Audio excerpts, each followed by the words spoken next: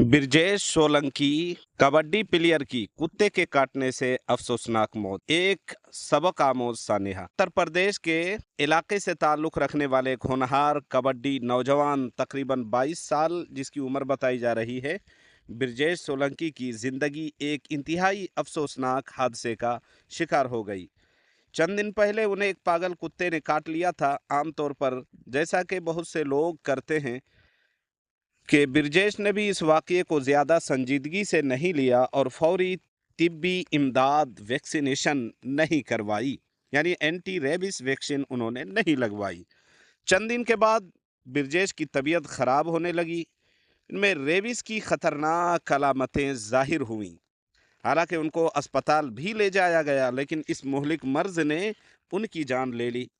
एक उभरता हुआ खिलाड़ी जिसके ख्वाब अभी अधूरे थे, महज लाइल्मी और लापरवाही की वजह से जिंदगी की बाजी बंदे ने हार गया। जो है, कुत्ते या किसी भी जानवर के काटने को मामूली न समझना चाहिए। रेबीज एक 100% 100% जानलेवा बीमारी है। अगर बर वक्त इसका सही इलाज न किया जाए तो बंदे की जान तक चली जाती है। कुत्ते के काटने की सूरत में फौरी तौर पर जख्म को साबुन पानी से कम 10 मिनट तक धोएं।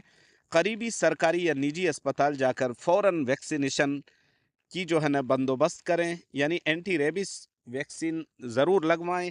मुकम्मल वैक्सीनेशन कोर्स करें। सिर्फ 1 या 2 टीके लगवाना भी काफ़ी नहीं है।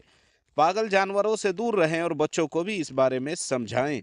अल्लाह के रसूल जनाब मोहम्मद रसूलुल्लाह सल्लल्लाहु अलैहि वसल्लम की शरीयत में है, आपने ये बात इरशाद फरमाई हदीस मुबारका में कि कुत्ता को पालना बिला वजह बिल्कुल भी सही नहीं है।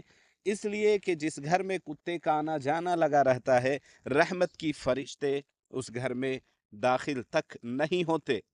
जानवरों से जितना दूर रहा जाए बेटर है, बेहतर है। आवाम के लिए ये बड़ी नसीहत वाली बात यह है कि अवामुन्नास इसको हल्के में न लें, बल्कि समझें कि ज़िंदगी बहुत कीमती है। कभी ये ना सोचें कि छोटा सा ज़ख्म है, ये सब ठीक हो जाएगा। फौरी एक्शन ले, क्योंकि रेबीज़ की अलामत ज़ाहिर होने के बाद कोई इलाज काम नहीं आता। अल्लाह तबारक व ताला पूरी उम्मत की हिफाजत फरमाए। आपकी क्या राय है इस विषय में?